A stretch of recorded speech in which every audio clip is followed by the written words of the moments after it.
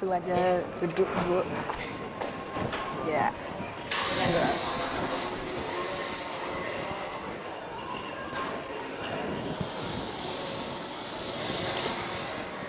Ya baik, telah hadir tentu saja sudah saya culik tadi dari Bapak. Bila dari Bu Linda Utami, ZB Mahendra Data. Baik Bu, kita lanjutkan perbincangan kita tadi Bu. Tadi kan saya sudah tanya Bapak mengenai apakah Bapak berkeberatan kalau Ibu ikut pencalekan kali ini. Ya baik, kita langsung aja ngobrol nih. Kalau melihat Ibu sih, melihat kondisi Indonesia sekarang ini dengan caleg-caleg yang ada, gimana Bu? Sebelum tentu saja saya nanya Ibu mengenai kesiapan Ibu. Iya, saya memang agak sulit untuk menilai orang lain, tetapi menurut saya caleg atau yang akan duduk di dalam DPR RI itu adalah orang-orang yang memang bisa untuk menangkap aspirasi rakyat, kemudian membuat dalam suatu peraturan, di mana peraturan-peraturan itu untuk kepentingan rakyat. Gitu. Jadi memang orang-orang yang betul-betul ahli dalam bidangnya dan serius gitu. Sementara kan kita lihat banyak caleg-caleg yang saya nggak ngerti istilahnya apa, tapi kan bisa tahu ya kira-kira seperti apa. Nah itu yang saya tidak meragukan, tapi apakah memang bisa seperti itu, seperti yang sudah kita lihat selama ini. Iya, kalau kesiapan Ibu sendiri Bu, masuk ke bursa legislatif kali ini? Kalau saya pribadi sebenarnya saya tidak terlalu berkeinginan untuk masuk ke dalam anggota legislatif.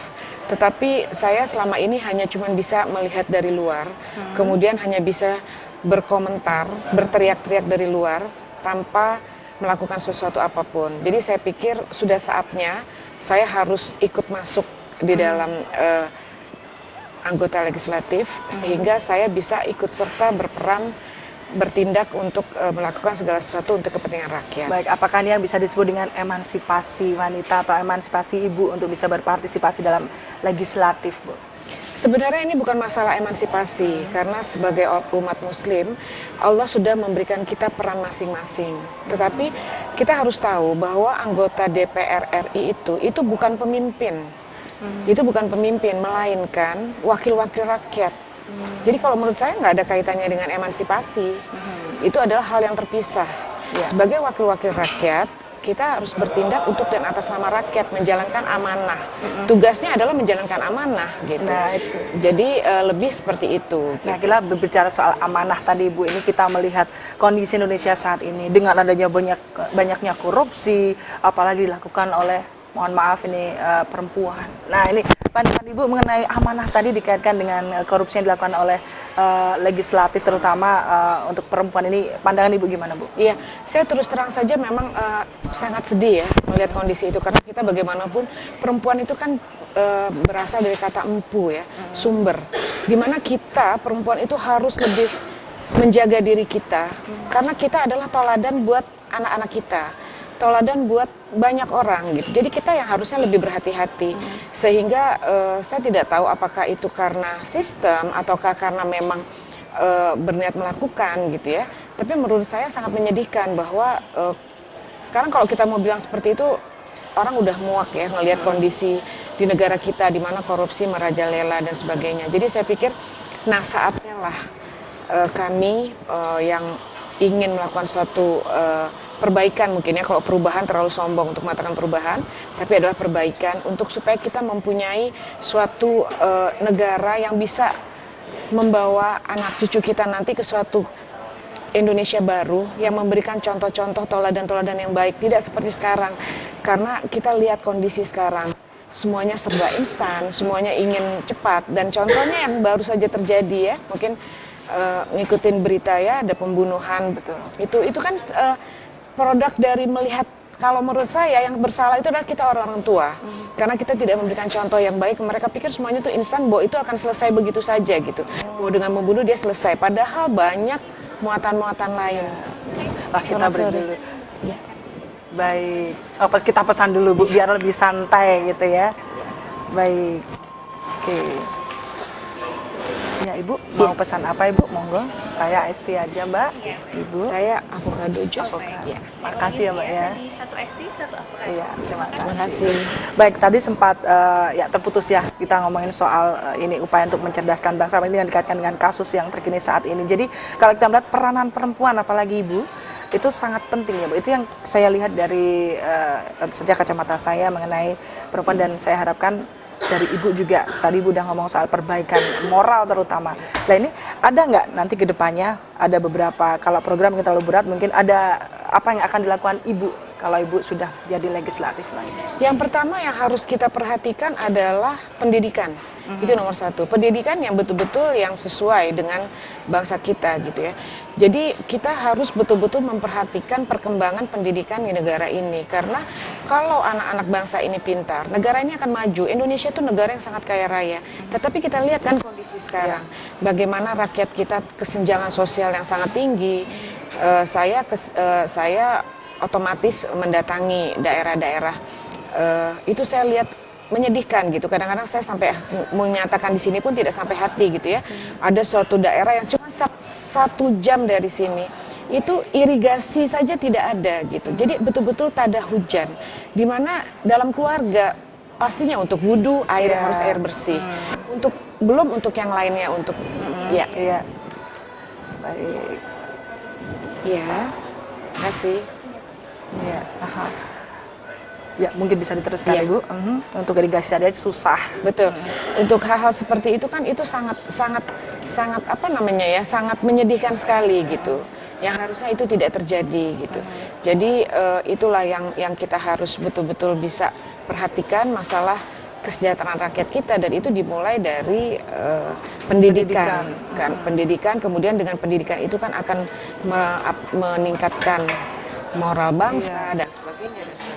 Iya, kalau melihat pendidikan sekarang di Indonesia dengan program mungkin dulu dari 6 menjadi 9, apa kurang efektif menurut Ibu? Kalau menurut saya iya ya, padahal kan sebenarnya biaya pendidikan itu kan 20% dari RAPBN gitu ya. Dan itu kan besar sekali. Tapi kita lihat bagaimana ada suatu daerah seorang guru honorer hanya dibayar per bulan 50.000. Untuk apa? Kita mau jujur ya, kita mau bicara bahwa minuman ini harganya 50.000 dan dia mendapat 50.000 setiap bulan. Kita bisa bayangkan gitu ya bahwa hal itu sangat menyedihkan sekali. Gitu. Jadi pemerataan itu yang harus kita pikirkan gitu, pemerataan untuk pendidikan bangsa ini gitu. Dengan berpendidikan, banyak negara-negara maju yang dimulai dengan pendidikan yang baik buat anak-anak kita. Ini yang paling penting dari segi pendidikan. Sekarang kalau melihat banyak sekali kesenjangan sosial nih Bu, kita merambah ke ekonomi. Nah ini mungkin ada sorotan khusus Ibu mengenai perekonomian rakyat. Iya, perekonomian rakyat itu kan seharusnya kalau dilihat undang-undangnya itu bagus banget, bagus sekali. Semua yang kita pelajari undang-undangnya bagus, tapi implementasinya itu yang tidak sampai ke rakyat. Nah bagaimana itu bisa terjadi? Disitulah tugas legislatif untuk mengawasi. Jadi tidak hanya membuat undang-undang yang bagus, kemudian disimpan begitu saja tanpa dilakukan pengawasan. Sehingga itu tidak tercapai kepada rakyat. Itu yang harus kita pikirkan gitu. Bagaimana itu bisa tercapai. Jadi harus adanya suatu pengawasan. Kembali lagi saya tekankan bahwa anggota DPR RI itu bukan pemimpin. Anggota DPR RI adalah menangkap aspirasi rakyat untuk dibuat suatu peraturan di mana peraturan itu lebih mementingkan kepentingan rakyat banyak.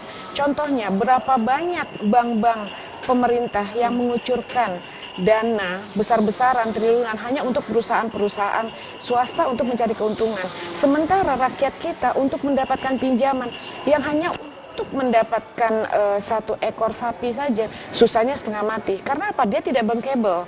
Dia tidak bisa memberikan dokumen-dokumen yang dibutuhkan. Nah ini perannya DPR RI, perannya legislatif untuk membuat suatu aturan yang lebih pro kepada rakyat. Tidak hanya dinikmati oleh segelintir, walaupun peraturannya ada, sudah ada itu sebenarnya peraturan, tapi disalahgunakan hanya untuk kelompok-kelompok tertentu yang mengatasnamakan rakyat. Nah, itulah peran dari anggota legislatif untuk bisa mengawasi apakah memang betul sudah sampai ke bawah atau tidak. Selama ini kalau menurut pandangan Ibu, apakah sudah istilahnya pengawasan dari DPR RI itu benar-benar sudah dilaksanakan oleh pemerintah yang saat ini? Karena kalau kita melihat, kalau pengawasan dari DPR RI pun misalnya digelontorkan dana sekian sampai jatuh ke rakyat hanya sekian persennya saja. Apalagi kita melihat kalau kita ngomongin APBN dan APBD, itu kalau untuk desa jumlahnya jauh lebih sedikit persentasenya dibandingkan sama yang lain. Saya kembalikan ke pertanyaan saya kepada Mbak Fi, apakah itu sudah sampai kepada rakyat? Kalau ternyata belum. Kenyataannya kan memang belum. Kalau tidak, saya tidak akan ingin untuk mencalonkan diri saya. Karena terus terang aja sebagai notaris, saya sudah cukup mapan, kemudian juga hidup saya juga saya pikir untuk apa lagi. Tetapi kalau saya egois hanya memikirkan diri saya sendiri, saya pikir ya kita hanya cuman puas dengan diri kita sendiri gitu. Itu yang memacu saya untuk melakukan sesuatu, untuk ingin ikut melakukan sesuatu perubahan. Yang paling utama adalah sebagai seorang ibu, saya ingin anak-anak kita semua mempunyai suatu teladan. Anak-anak kita semua mendapatkan suatu kesempatan pendidikan yang baik. Anak-anak kita semua mempunyai suatu kesempatan untuk hidup lebih layak. Jangan kita berpikir masalah sekolah yang benar. Bagaimana di Indonesia ini kurang gizi. Nggak usah jauh-jauh, di Jakarta kota besar saja masih banyak yang kurang gizi. Belum Apalagi di di NTB, daerah apalagi di daerah. Hanya masalah-masalah dimulai dari keluarga-keluarga saja kita bisa lihat. Nah ini kenapa gitu? Padahal kita katanya negara kaya. Sementara yang menikmati negara kita bukan kita sendiri gitu. Yang menikmati kita adalah orang luar. Jadi mau diapakan? Sementara kita kan sudah kaya negara ini. Nah itu yang kita perlu melakukan suatu perubahan. Kalau bukan kita, siapa lagi? Gitu. Baik, sambil kita ngobrol, kita lanjutkan, kita minum dulu Ibu. Baik, kita akan segera kembali selepas yang satu ini.